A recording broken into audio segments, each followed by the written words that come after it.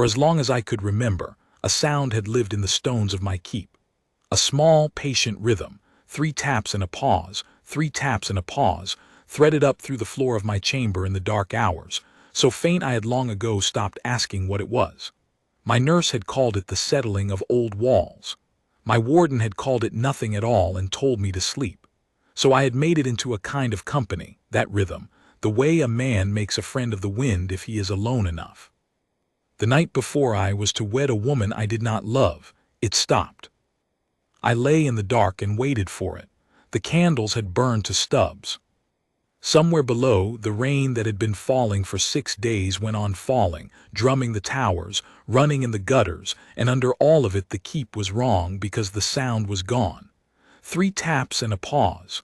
I strained for it. Nothing but water. I was Thuron, Alpha King of Elmark, Lord of Greywater Hold and the packs that ran the grey moors from the river to the sea, and I could not sleep because a noise I had never named had left me. That is the truth of the man I was then. I had a kingdom under my hand, and I lay awake grieving a rhythm in a wall. My wolf stirred. Rook, I called him in the old way, the name my father had given the beast in me before my father died. For years Rook had been a low gray presence, sullen, half asleep, a creature that no longer expected anything. He lifted his head now in the dark of me and turned it, as a hound turns toward a door. A fist struck my chamber door hard enough to rattle it. My king! It was one of the night stewards, breathless, a lamp shaking in his hand when I opened. Water had darkened his boots to the knee. The under hall, my king. The rivers come up under the west foundations. The old vault is flooding. The clerks are down there, but the water's rising faster than they can carry. The under hall. The record vault, dug deep under the west of the hold, where 400 years of Elmark lay in ledgers and rolls and sealed boxes, births and deaths and judgments and treaties, the whole memory of my line stacked on shelves in the dark. It was not a place a king thought of. It was a place you sent things to be forgotten. I should have sent men. A king sends men. Instead I took a cloak from the peg and went myself, and I have wondered since whether some part of me already knew, whether Rook had already caught the edge of it, because I went down those stairs 2 at a time like a boy, and the closer I came to the water, the louder my own blood was in my ears. The under hall was a drowning church. Lamps guttered in their brackets. Black water stood knee-deep in the aisles between the shelves and climbed as I watched, cold as the river it came from, and it stank of wet parchment and old stone and drowned years. 2 clerks were hauling boxes up a ladder to the dry gallery, cursing, soaked to the chest. An old man with a lamp pole waited between the shelves calling out which rows to save first, and his voice cracked with the effort.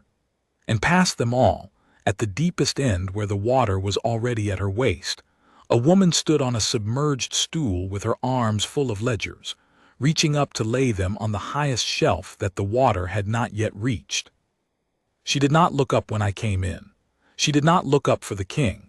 She was counting under her breath, 40 and 1, 40 and 2, setting each ledger by some order only she knew, and she reached down into the black water with both hands and brought up another, streaming, and set it too. The lamplight caught the side of her face. Wet hair stuck to her cheek, her jaw set hard against the cold, and I stopped on the last dry stair as if I had walked into a wall. 3 taps and a pause. It was her. The sound that had lived in my stones for years was the sound of her at her work in the deep of my keep, the tap of a copying stylus, the turn of a page, the small rhythm of a life spent saving things in the dark directly beneath my chamber, carried up through the flue of the old chimney that ran past both our rooms. I had fallen asleep to her 1,000 nights and never known she breathed. My wolf came up in me all at once, no longer sullen, no longer half asleep, and I heard myself make a sound I had not made in years. She looked up then. I will not pretend I saw anything grand. She was a wet, cold, angry woman standing on a stool in a flood, and she looked at me with the flat wariness of someone who has learned that when the great come down to the low it is never good news. But her eyes found mine and held, and something behind my ribs that I had been told was dead, that I had buried and mourned and stopped visiting, turned over once, hard, and woke. "The oldest are at the deep end," she said. "Not my king. Not a bow. Just that because to her the king was less important than the ledgers. If the water reaches the bottom shelves before we clear the deep end, 400 years go into the river. I need hands, not orders.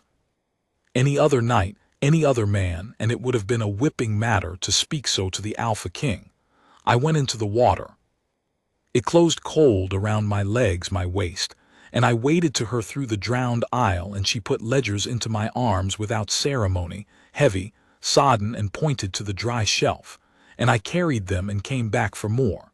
The old man with the lamp pole stared at me open-mouthed. The two clerks on the ladder froze. But she was already reaching down for the next armful, and the water was still rising, so I said, "Which rose first?" And she told me. And for the better part of an hour the Alpha King of Elmark waded a flooding vault at a clerk's direction, and saved the memory of his own line with his own 2 hands. We saved most of it, not all.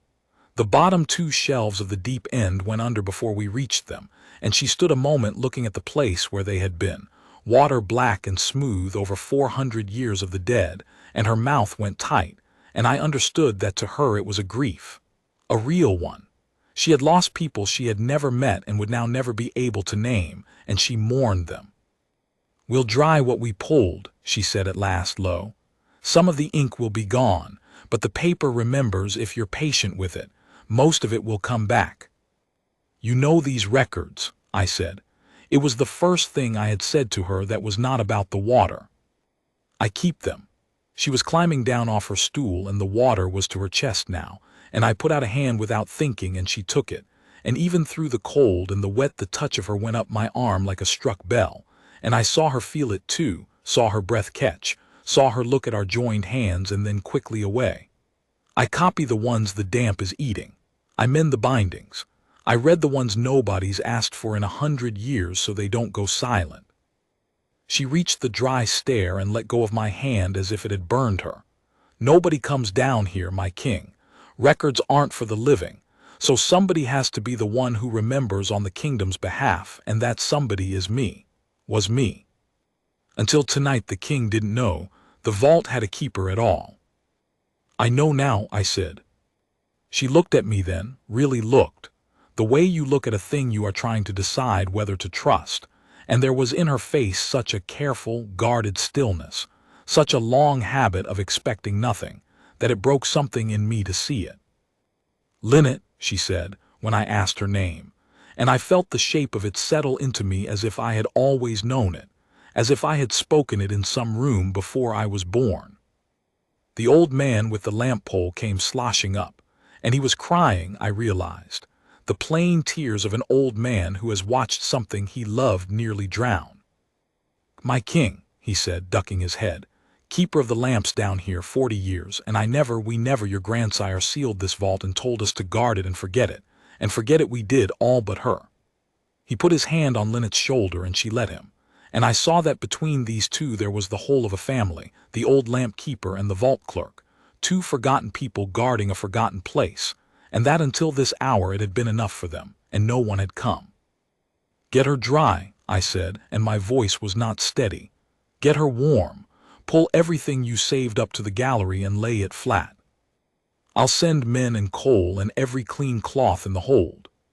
I looked at the black water standing over the drowned shelves and then at her, and I could not make myself leave, and I did not understand why, and I made myself anyway, because a king who cannot leave a clerk in a flooded cellar the night before his wedding is a king with a question he is afraid to ask.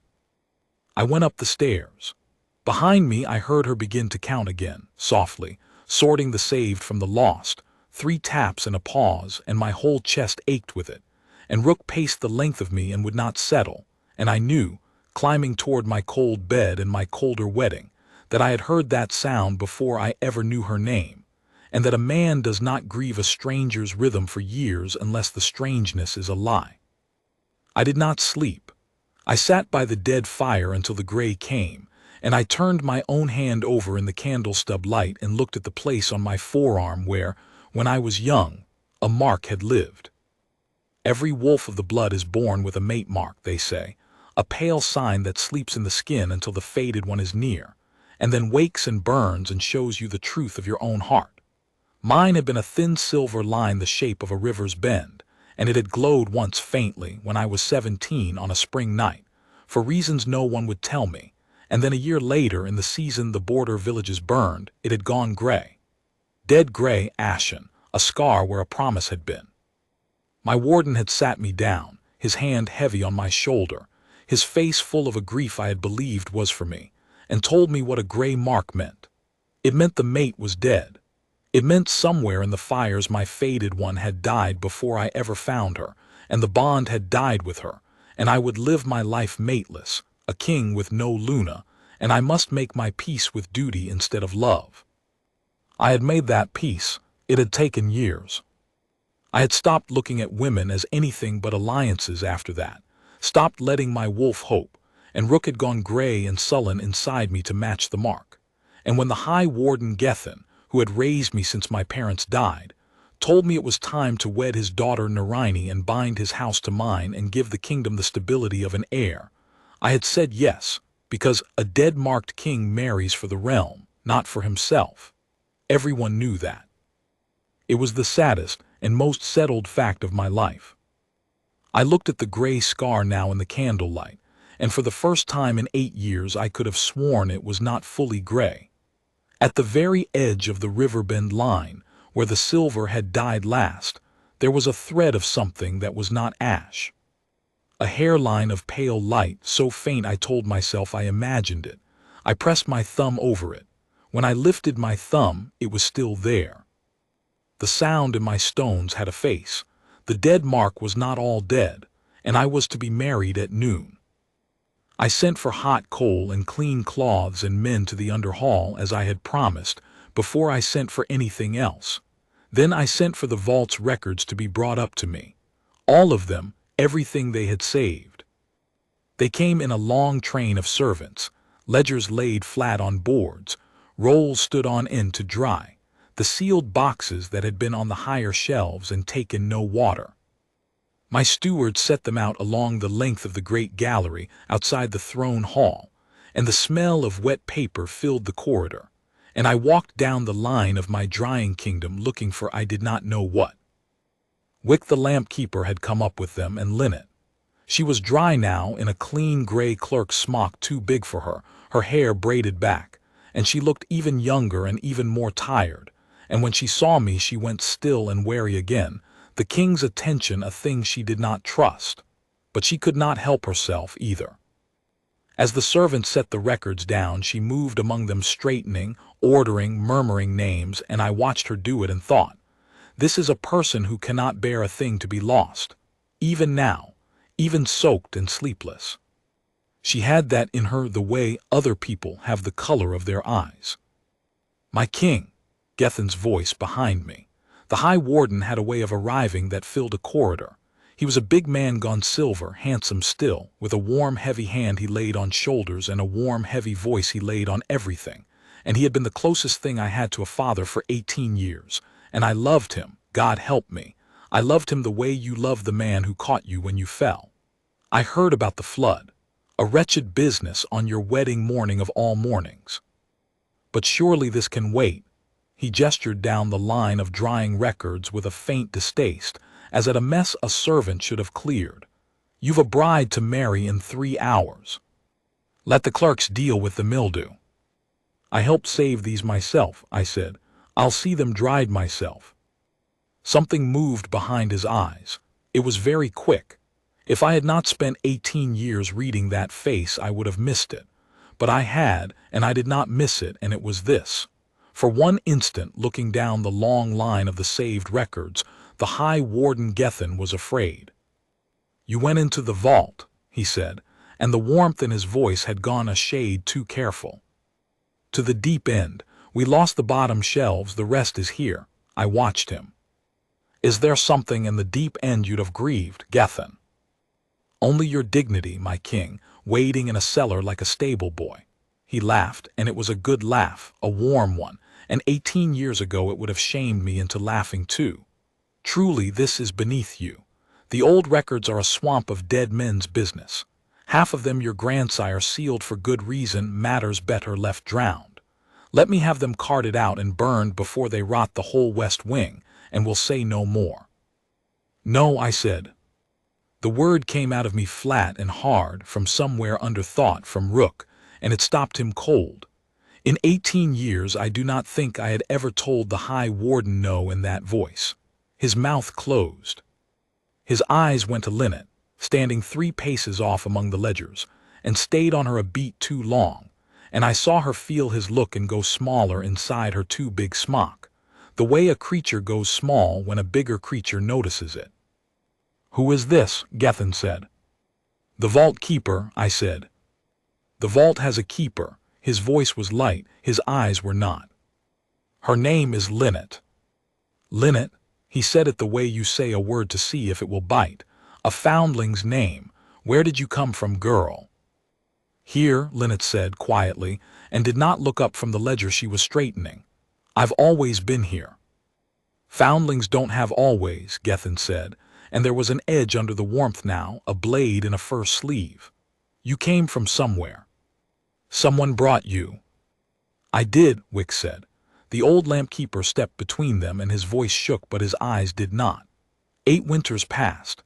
She was a mite, half froze, come up the river road with a wagon of border folk fleeing the fires, and the wagon left her at the hold gate because she'd no one, and the kitchen wouldn't have another mouth, so I took her down to the vault and raised her on lamp oil and old paper, and she's been the best of us ever since. He lifted his chin at Gethin.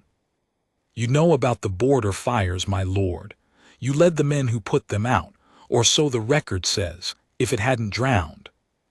The corridor went very quiet.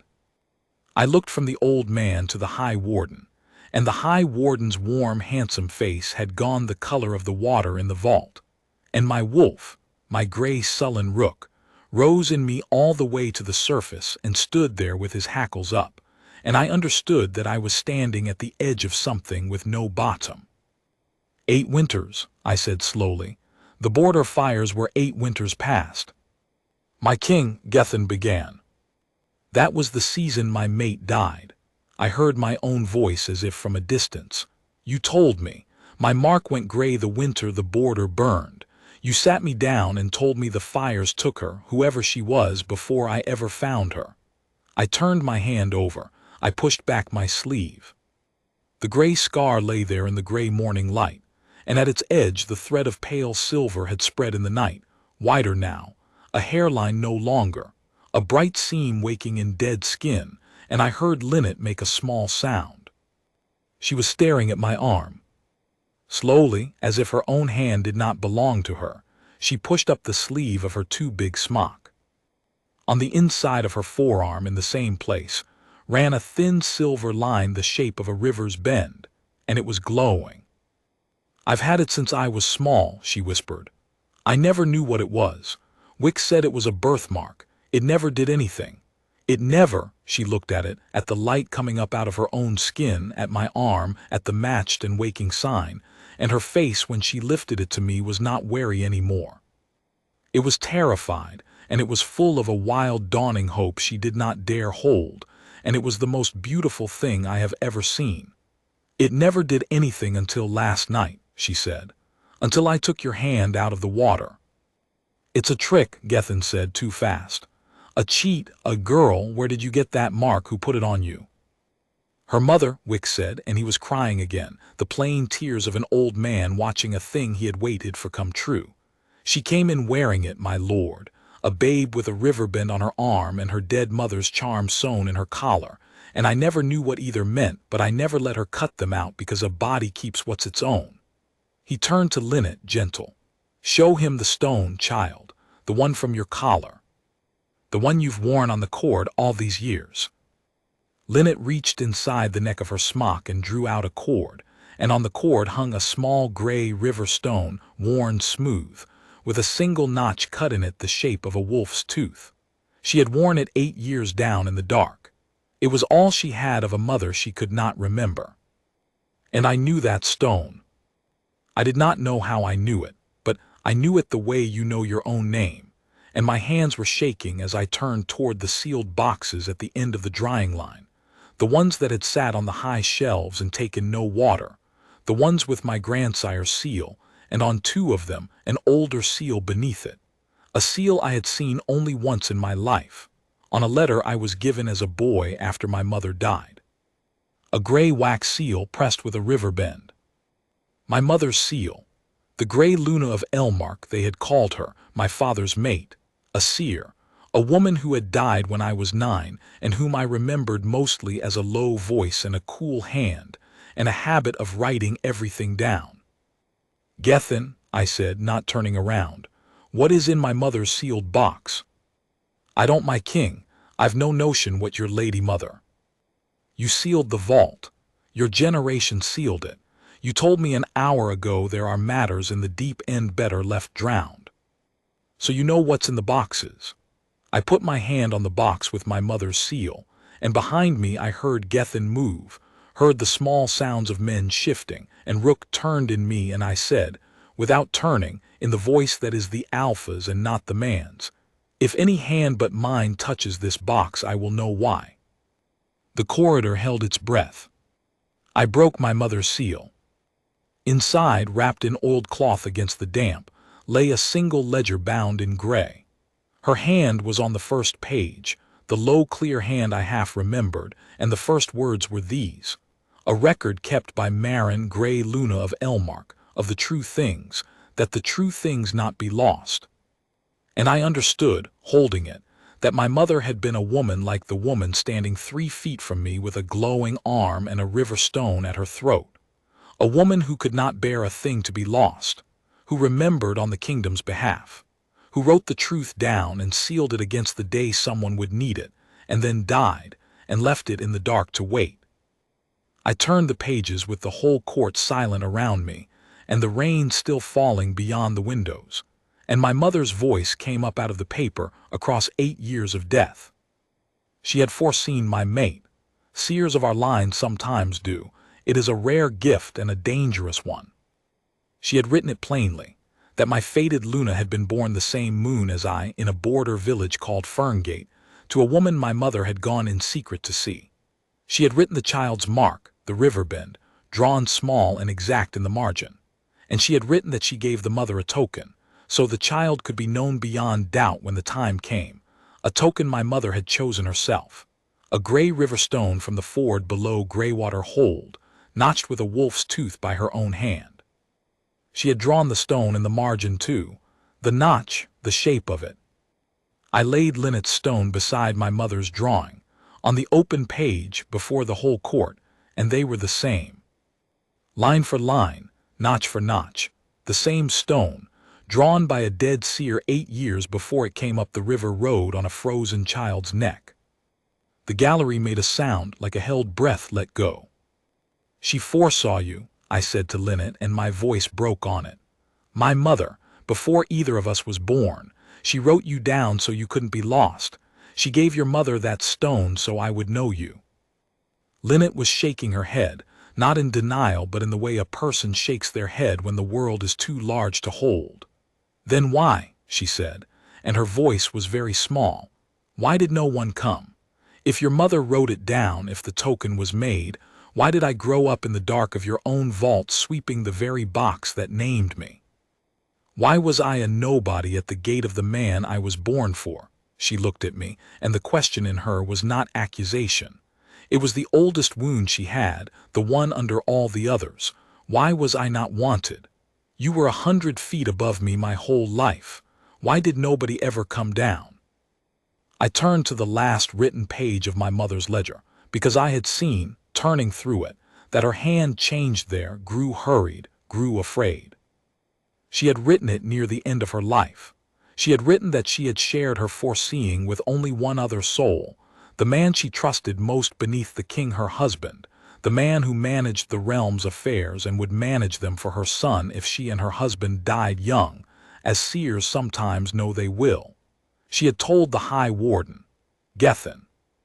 And she had written, in that hurried, frightened hand, that she had begun to fear she had chosen wrong, that the warden had asked too many questions about the child of Ferngate, that the warden had a daughter of his own, an infant Narine, and a hunger she had glimpsed in him and prayed she had misread, a hunger to see his own blood bound to the throne, and no faded Luna in the way. I read that page aloud in the silent gallery, and when I lifted my head, the high warden Gethin, who had raised me, who had caught me when I fell, was already at the door with 2 of his own men, and his warm, handsome face had fallen away entirely, and under it was the thing my mother had glimpsed and prayed she had misread. "You burned Ferngate," I said. "The fires were an accident of war," Gethin said, and even now his voice tried for warmth, tried for the old fatherly weight, but it was ash now. I heard the ash in it. "Border villages burn. It was a hard season. You were a boy. You needed a strong hand and a settled realm, not a peasant girl from a burned village who'd have made you weak with love and lost you the warden's swords when you needed them most. I did what was necessary. I have always done what was necessary. Everything I built for you. You put her mother's village to the torch to be sure the mate was dead," I said, "and the walls of me were coming down one by one, 18 years of a false father falling in the dust. And when a wagon of survivors carried a marked child up to my own gate, when the very Luna you meant to kill arrived alive on the doorstep of the hold, you didn't finish it. Why? Why not finish it, Gethin?" For the first time he could not meet my eyes. It was Old Wick who answered in his cracked, shaking voice, because Old Wick had been there. "Because I was standing at the gate, my Lord King," Wick said. "I'd come up for lamp oil. I saw the child put down, and I saw the warden's man come for her, and I put myself between them, an old fool with a lamp pole, and I said before the whole gate watch that I'd taken her for the vault and she was under the king's roof now and under the king's peace, and to touch her was to break it." And the warden's man looked at his master, and his master, Wick's voice failed and steadied. His master decided that a nameless clerk buried in a sealed vault was as good as a dead one. Better, a dead child might be looked for. A forgotten one never would, so he let me take her down, and he told everyone the mate had died in the fires, and he told you, my king, that your gray mark meant your heart was in the ground. The old man was weeping openly now, and he did not wipe it. "And she grew up 40 feet beneath your bed, keeping the record of her own self, and never knew. And you slept above her every night and grieved her every night and never knew. That's what he did, my king. Not just a fire. 8 years of 2 lonely people kept apart by a lie, so his daughter could wear a crown." I looked at Gethin, and I could not speak, and Rook in me was a wall of gray fury with no bottom, and I think if Linnet had not spoken I would have crossed that gallery and forgotten I was a king. "Stop," Linnet said. She said it quietly, but it stopped me, because she said it to me, her hand on my arm on the waking mark, and where she touched me the fury did not vanish, but it banked, it steadied, it turned from a fire that would burn the hall into something I could hold. "He's not worth what you're about to do," she said, low, only for me. "I've spent my whole life keeping things from being lost.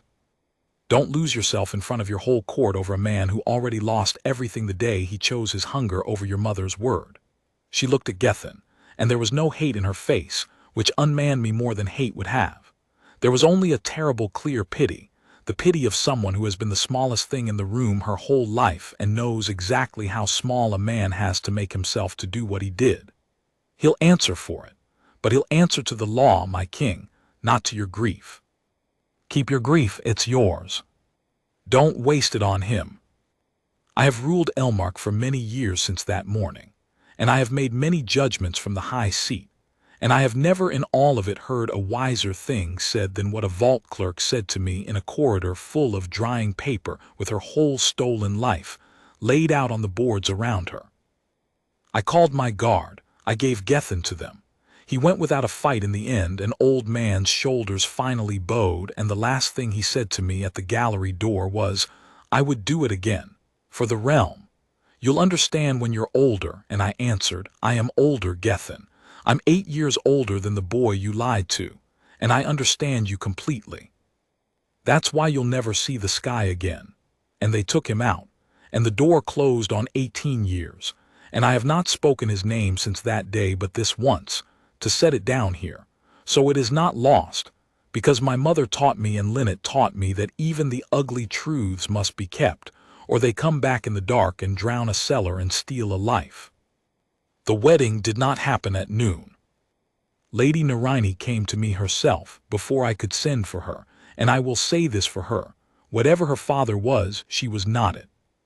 She came in her bridal gray and stood in the gallery among the drying records and looked at the open ledger, at the matched stone, at Linnet standing white and shaking with her glowing arm, and Naraini's clever tired face went through a whole storm and came out the other side into something like relief. I never wanted a crown I'd have had to earn by cheating, she said. I only wanted my father to look at me the way he looked at his ambitions. She turned to Linnet and she inclined her head, a small, proud, honest bow, one woman to another.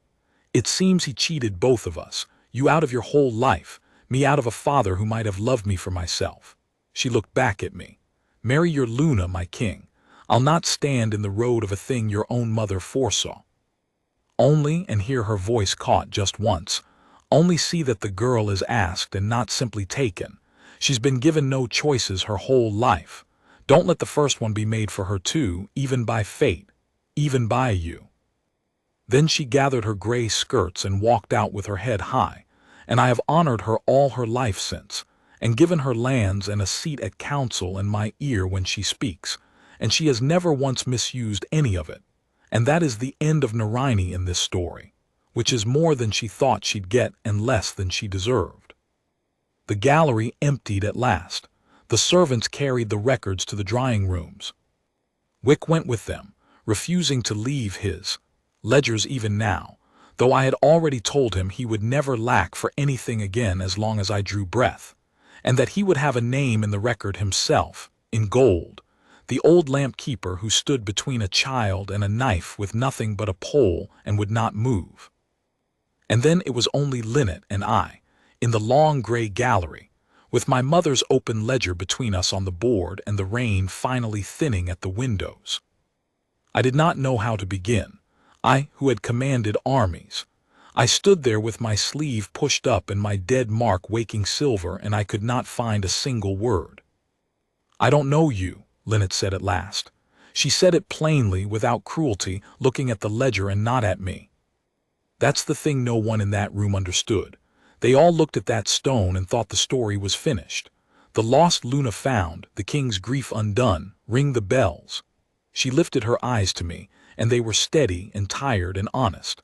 But I've been Linnet the ash clerk my whole life.